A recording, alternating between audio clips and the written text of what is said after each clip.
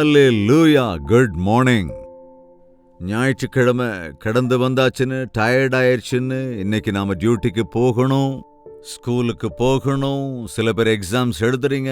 இந்த பரபரப்புல ஜெபம் பண்ண மறந்துட்டீங்களா என்ன? எவ்வளவு வேலை இருந்தாலும் ஆண்டவராக இயேசுவுக்கு முதலிடம் கொடுத்தா எல்லா வேலைகளையும் வாய்க்க பண்ணுவார். சரி, ஜெபத்தோடு கூட இந்த தியானத்திற்கு செல்லலாமா? பரிசுத்தமும் அன்பும் நிறைந்த எங்கள் பிதாவே,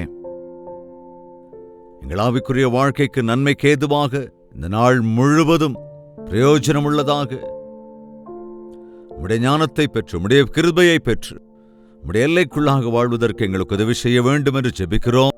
அவற்றை நினைவு கூர்ந்த ஆண்டவரே உம்மை துதிக்கிறோம். மற்றும் ஒரு முறை எங்களோடு கூட நீர் பேச வேண்டும் என்று கிறிஸ்துவின் நாமத்தில் வேண்டிக் கொள்கிறோம் பிதாவே, ஆமென். எப்படி இருக்கீங்க? பரபரப்பா? எங்க பார்த்தாலும் இந்த பண்டிகை பரபரப்பு. பண்டிகையே இல்லை அப்படின்னு சில பேர். பண்டிகைன்னா பாட்டு, டான்ஸு, இன்னும் ஸ்டார்ஸு, புது புது ஆடைகள், மார்க்கெட்டிங், அது இதுன்னு ரொம்ப பரபரப்பா ஜெபம் இல்லாம, தேவனுடனான ஒரு தனிப்பட்ட ஐக்கியம் இல்லாம இந்த மாதிரி ஆர்ப்பாட்டத்திலேயே நேரத்தை வீணாக்கிக்கிட்டு இருக்கீங்க. உண்மையான பண்டிகை தேவனோடு இருப்பதுதான், ஆண்டவருக்குள்ளே மகிழ்ந்திருப்பது, ஆண்டவர் செய்த நன்மைகளை நினைவு கூர்ந்து அவர் செய்த ஆச்சரிய காரியங்களை சாட்சி பகருவது. உண்மைதான், இந்த சீசன்ல இயேசு கிறிஸ்துவின் பிறப்பை நாம் நினைவு கூறுகிறோம். ஆனால் அவர் செய்த, அதாவது அவருடைய பிறப்பிலே நடந்த சம்பவங்களை நாம் நினைவு கூறுகிற போது நம்முடைய இருதயத்திலே தியானித்து அவற்றை பதிய வைத்து, அங்கே ஆயர்கள் வந்து ஆண்டவரை ஆராதித்த போது, ஞானிகள் வந்து அவரை ஆராதித்த போது, தூதன் வந்து ஆட்டிடையர் மத்தியில் சொன்ன அந்த வார்த்தை, ஞானிகள் நட்சத்திரத்தை அடையாளமாக வைத்து அந்த வழியாய் தேடி வந்த காரியம், இன்னும் மரியாள் யோசேப்பை குறித்து சொல்கிற எல்லா காரியங்களும் பலராக இருக்கிற கிறிஸ்துவுக்குள்ளே உலக ரட்சகரை கண்டு அவர்கள் ஆராதித்த போது அந்த விஷயங்களை எல்லாம் மரியாள் தன்னுடைய இருதயத்திலே பத்திரப்படுத்திக் கொண்டாள். கவனிங்க, இருதயாழத்தில் ஆராதிப்பதுதான் உண்மையான ஆராதனை. பார்க்கலாமா? லூக்கா எழுதின சுவிசேஷம் 2வது அதிகாரம். லூக்கா எழுதின சுவிசேஷம் 2ஆம் அதிகாரம். வழக்கமா நான் சொல்லுவேன், இந்த சீசன்ல இயேசு கிறிஸ்துவின் பிறப்பை குறித்து ஒன்லி 4 அதிகாரங்களில் மாத்திரமே விவரிக்கப்பட்டிருக்கிறது. மத்தேயு எழுதின சுவிசேஷம் 1, 2 அதிகாரங்கள். அதேபோல் லூக்கா 1ஆம் அதிகாரம் 2ஆம் அதிகாரத்தை வாசியுங்கள் என்று நான் சொல்லிக்கொண்டே இருக்கிறேன். அருந்தின தியானத்தை பார்க்கிற நீங்களும் வாசிப்பீர்கள் என்று நம்புகிறேன். இங்கே ஒரு காரியத்தை குறித்து நாம் வாசிக்கும் போது லூக்கா எழுதின சுவிசேஷம் 2:19 மரியாளோ அந்த சங்கதிகளை எல்லாம் தன் இருதயத்திலே வைத்து சிந்தனை பண்ணினாள். இதுதாங்க உண்மையான ஜெபம் என்பது. கவனிங்க, மரியாள் அந்த சங்கதிகளை எல்லாம், எந்த சங்கதிகள்? ஆயர்கள் சொன்னார்கள் அல்லவா, தாங்கள் கண்டவைகள் கேட்டவைகளை எல்லாம், இதோ சகல ஜனங்களுக்கும் சந்தோஷத்தை உண்டாக்கக்கூடிய நற்செய்தியை அறிவிக்கிறேன் என்று தூதன் சொன்னான் அல்லவா.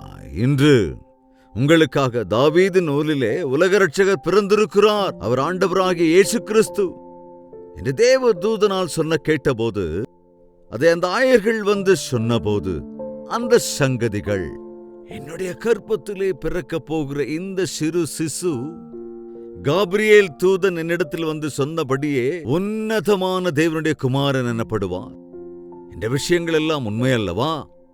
தேவதூதன் அந்த விஷயத்தை ஆயர்களுக்கு கூட தெரிவித்திருக்கின்றான் அல்லவா? ஜனங்களை எல்லாம் ரட்சிக்கிற ரட்சகர் அல்லவா? நான் எப்பேற்பட்ட பாக்கியவதி, எனக்கு எப்பேற்பட்ட பாக்கியம் கிடைத்திருக்கிறது. இந்த கிறிஸ்துவை என்னிடத்திலே ஒப்பு கொடுத்திருக்கிறாரே தேவன். என்னுடைய கர்ப்பத்திலே நான் இந்த பிள்ளையை சுமந்து இந்த உலகத்திற்கு அதன் இரட்சகரை அளிக்கக்கூடிய பாக்கியத்தை நான் பெற்றிருக்கிறேன் என்று அவள் தேவன் சொன்ன அந்த வார்த்தைகளை, தேவனுடைய சங்கதிகளை குறித்து இருதயத்தில் வைத்து அதை பற்றி சிந்தித்துக் கொண்டது எப்பொழுது நிறைவேறும், எப்படியெல்லாம் இந்த சிசு வளர்ந்து பெரியவனாகி இந்த உலகத்தின் மனிதர்களுக்கெல்லாம் பாவ நிவாரண பலியை அவர் எப்படி நிகழ்த்தவிருக்கிறார், இந்த சங்கதிகளை எல்லாம் தன் இருதயத்திலே வைத்து, கிறிஸ்மஸ்னா ஏதோ கூட்டம், சந்தோஷம், ஆர்ப்பாட்டம், டெக்கரேஷன்ஸ், அது கூட இன்னைக்கு நிறைய பேர் விட ஆரம்பிச்சிட்டாங்க. கிறிஸ்மஸ் அப்படிங்கிறது ஒரு சாதாரண வழக்கம் ஆயிடுச்சு இல்லையா? இந்த கிறிஸ்மஸ் சந்தர்ப்பத்திலாவது தேவன் தம்முடைய ஒரே பேரான குமாரனை நமக்கு அருளியிருக்கிறார். நாமும் இந்த கிறிஸ்மஸ் சந்தர்ப்பத்திலே யாருக்காவது ஏதாவது தர வேண்டும், ஏழைகளுக்கு இறங்க வேண்டும், பிறருக்கு வெகுமதிகளை தர வேண்டும். தேவன் நமக்கு இறங்கி இவ்வளவாய் அருளியிருக்கிறார். இல்லாதவர்களுக்கு தேவனுடைய நாமத்திலே நாம் எதையாவது செய்ய வேண்டும் என்கிற நோக்கமின்றி புசிப்பது, குடிப்பது, கொண்டாடுவதென்று இஷ்டம் போல வாழ்வது, இன்னும் என்னென்னவோ செய்த ஆர்ப்பாட்டமாய் ஆராதனை என்ற பெயரில் எதோ செய்வது என்று இந்த அநேக இடங்களிலே நாம் கவனிக்கிறோம். ஆனால் அந்த முதல் கிறிஸ்மஸை நாம் கவனித்தால் அங்கே மிகப்பெரிய கம்பீரத்தை பார்க்கிறோம். அந்த ஆட்டிடையர்கள் பாடினார்கள். ராகம், தாளம் இதெல்லாம் அவர்களுக்கு தெரியாதோ. ஆனால் பரம உண்மையான சந்தோஷத்தோடு அவர்கள் ஆண்டவரை துதித்த போது அவர்கள் முதலில் ஆச்சரியப்பட்டு இங்கே ஆனந்தத்தோடு ஆர்ப்பரித்தார்கள் என்று அவர்கள் பிரச்சுரப்படுத்தினார்கள். தாங்கள் கேட்டவைகளை, பார்த்தவைகளை வீதி முழுக்க அதை ஆனந்தத்தோடு பாடிச் சென்றார்கள். லூக்கா எழுதின சுவிசேஷத்திலே பார்க்கிறோம். 2:20 மேய்ப்பர்களும் தங்களுக்கு சொல்லப்பட்டதின்படியே கேட்டு கண்ட எல்லாவற்றிற்காகவும் தேவனை மகிமைப்படுத்தி துதித்துக் கொண்டு திரும்பி போனார்கள். இந்த இடத்திலே நாம் பார்க்கிறோம் அல்லவா? உண்மையாகவே இந்த கிறிஸ்மஸ் சந்தர்ப்பங்களிலே இன்னும் அதிகமாக இயேசு கிறிஸ்துவை, அவர்தான் உலக இரட்சகர், அவர்தான் மீட்கக்கூடியவர் என்று அறியாதவர்கள் எத்தனையோ பேர் இருக்கிறார்கள். அவர் கடவுள்களில் ஒரு கடவுள் என்று நினைக்கிறவர்கள் அநேகர் இருக்கிறார்கள். ஆனால் அவர் மட்டுமே ஆண்டவர் என்று, அவர் மட்டும்தான் ரட்சிக்கக்கூடியவர் என்பதை, அவர் நாமத்தில் தான் பாவ மன்னிப்பு என்கிற சுவிசேஷ சத்தியத்தை அறியாத எத்தனை பேர் இன்னும் இருக்கிறார்கள். இயேசு கிறிஸ்துவின் 2ஆம் வருகைக்காக எதிர்பார்த்திருக்கிற இந்த காலத்தில் அவருடைய முதல் வருகையே அறியாதவர்கள் இன்னும் எத்தனையோ பேர் இருக்கும்போது, இந்த சீசனை நாம் சாதகமாக்கிக் கொண்டு இயேசு கிறிஸ்துதான் இந்த உலக இரட்சகர் என்று நாம் அறிந்த எல்லோருக்கும் அறிவிக்க வேண்டிய அவசியம் இருக்கிறது. அவர்கள் கேட்டாலும் கேளாவிட்டாலும், அவர்கள் மாறினாலும் மாறாவிட்டாலும், அவர்கள் ஏற்றுக்கொண்டாலும் புறக்கணித்தாலும் இந்த சத்தியத்தை நாம் சொல்ல வேண்டி இருக்கிறது. சொல்ல வேண்டுமென்றால் முதலில் நீ அதை அனுபவிக்க வேண்டும். அவர் அருளியிருக்கிற இந்த ரட்சிப்பின் அனுபவம் இருக்க வேண்டும். அவரை பற்றி சொல்லப்பட்டிருக்கிற வார்த்தைகளை நம் இருதயத்திலே பத்திரப்படுத்தி அந்த வார்த்தையை அப்படியே பிறருக்கு நாம் சொல்ல வேண்டும்.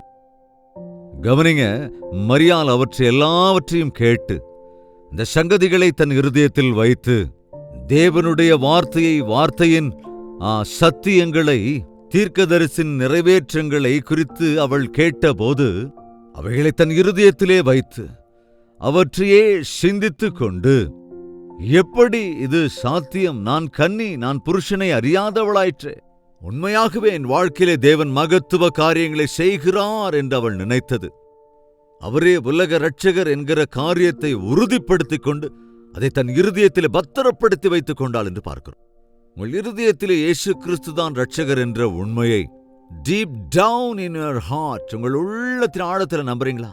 உங்களுக்காக மாத்திரம் அவர் பரலோகத்தின் நன்மைகள் எல்லாவற்றையும் விட்டுவிட்டு இந்த உலகத்திற்கு வந்தார் என்பதை நீங்கள் விசுவாசிக்கிறீர்களா?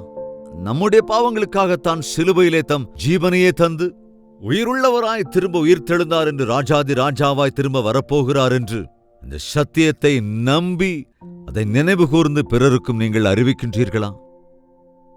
இயேசு கிறிஸ்துவை குறித்து சொல்லப்பட்ட சத்தியங்கள் எல்லாவற்றையும் தன் இருதயத்திலே பத்திரப்படுத்திக் கொண்டாள்.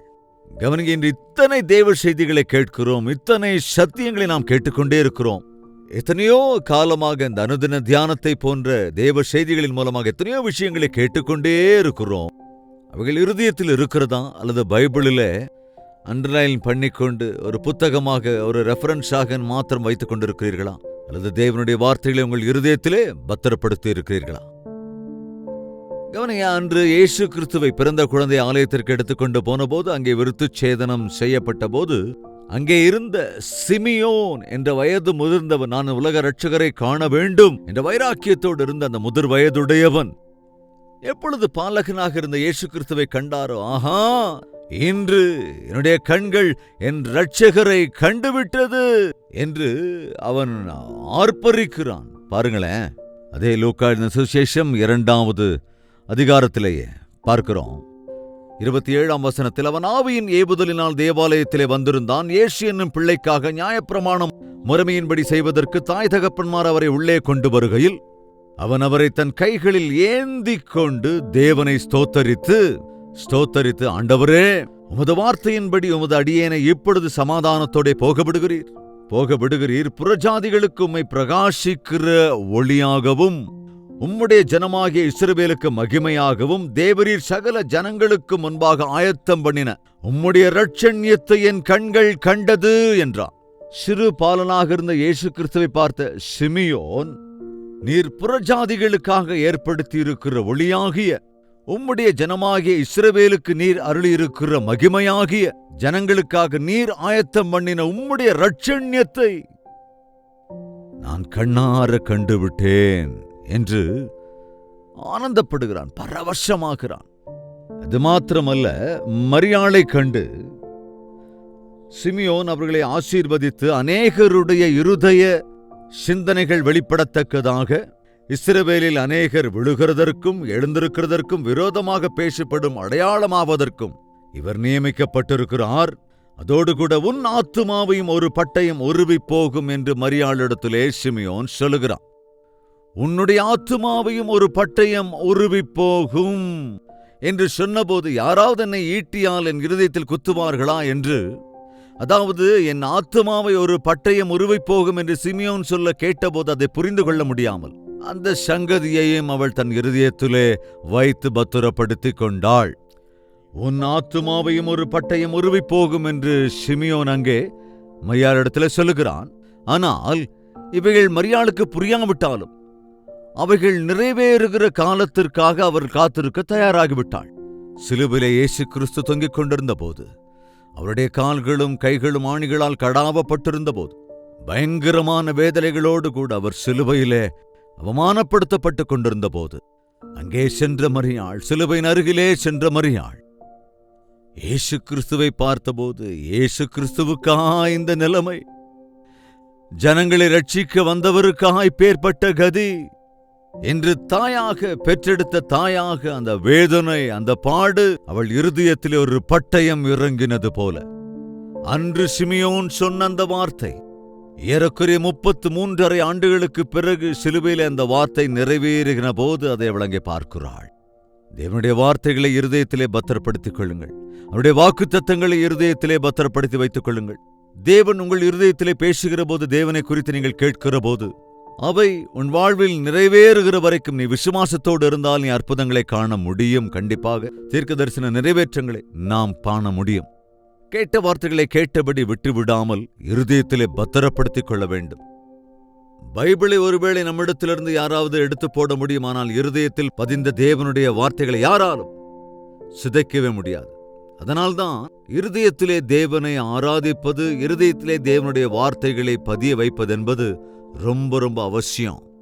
அதனால்தான் தாவீது சொல்லுகிறான், என் ஆத்துமாவே கர்த்தரை ஸ்தோத்திரி, அவர் செய்த சகல உபகாரங்களையும் மறவாதே. அவர் செய்த நன்மைகளெல்லாம் சாட்சி சொல்லுவது மட்டுமல்ல, இருதயத்திலே பத்திரப்படுத்திக் கொள்வது ரொம்ப ரொம்ப முக்கியம். நாளிலே இஸ்ரவேல் ஜனங்களுக்கு தேவன் எத்தனையோ நன்மைகளை செய்தார். அவைகளுக்காக அந்தந்த சந்தர்ப்பத்தில் மகிழ்ந்தார்களே, ஆர்ப்பரித்தார்களே தவிர அவைகளை தங்கள் இருதயத்தில் வைக்காததால் தான் மற்றொரு சந்தர்ப்பம் வருகிற போது எப்படியெல்லாம் தேவன் தங்களுக்கு நன்மை செய்தார் என்பதை ஞாபகம் இல்லாமல் முணுமுணுப்பது, சலித்துக் கொள்வது, அழுது புலம்புவது, தேவனை எதிர்த்து நிற்பது, மோசேயோடு கூட சண்டை போடுவது என்றெல்லாம் நாம் வேதத்திலே பார்ப்பது போல நம்முடைய வாழ்க்கையிலும் கூட எத்தனையோ விஷயங்களில் தேவனை விடுவித்திருக்கிறார், எத்தனையோ நன்மைகளை உனக்கு செய்திருக்கிறார், எத்தனையோ விஷயங்களிலே சகாயம் செய்திருக்கிறார்.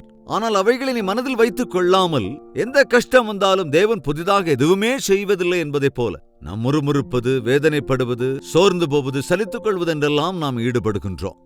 தேவனுடைய வார்த்தைகள் நம் இருதயத்தில் இருந்தால் அந்த வார்த்தை நம்மை எச்சரிக்கும், நம்மை உயர்த்தும், நமக்கு நன்மைகளை செய்யும். அவைகள் எல்லாவற்றையும் நினைவில் வைத்துக் கொள்வது நம்முடைய போராட்டங்களிலே சுலபமாக அவைகளை நாம் எதிர்கொண்டு விடுவோம்.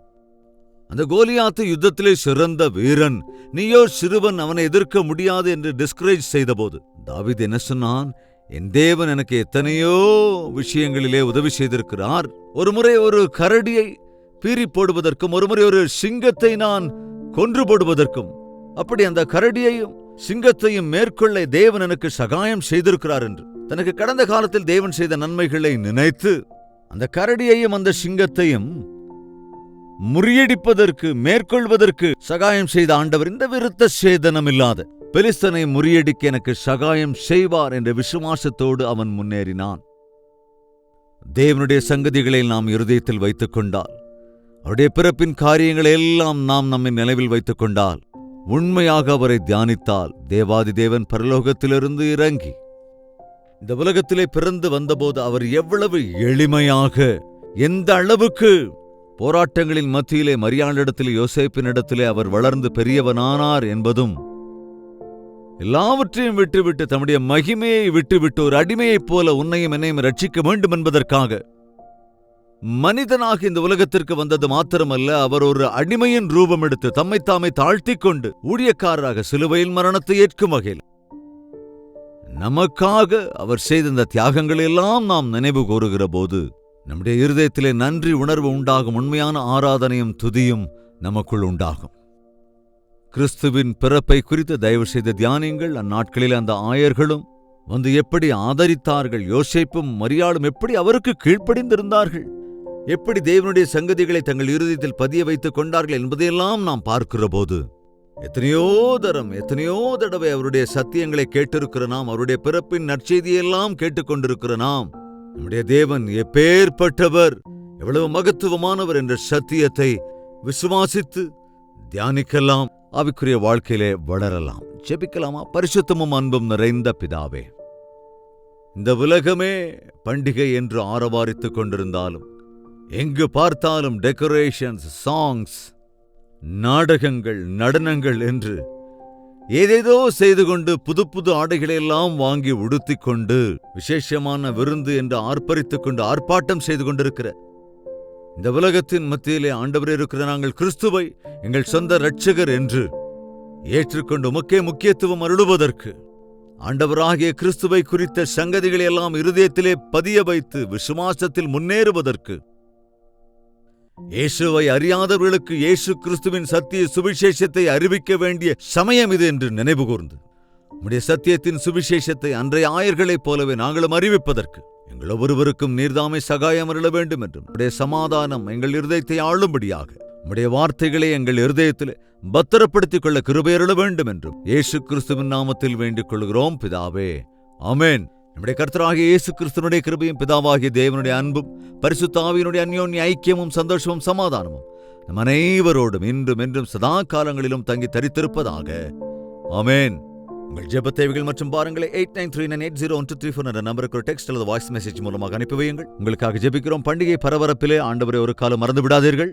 ஆண்டவரை குறித்த கொண்டாட்டம் தான் என்றாலும் பிறரையும் நீங்கள் மனதில் வைத்து இருதயத்தில் அவருடைய சத்தத்தை ஞாபகம் வைத்து ஒவ்வொருவருக்கும் அவருடைய சாட்சியை பகிர்ந்து கொள்ளவும் வேண்டும். தேவனுக்கு சித்தமானால் நாம் மீண்டும் சந்திக்கலாம். அதுவரைக்கும் தேவனுடைய மகா கிருபை உங்களுக்கு துணையாயிருப்பதாக.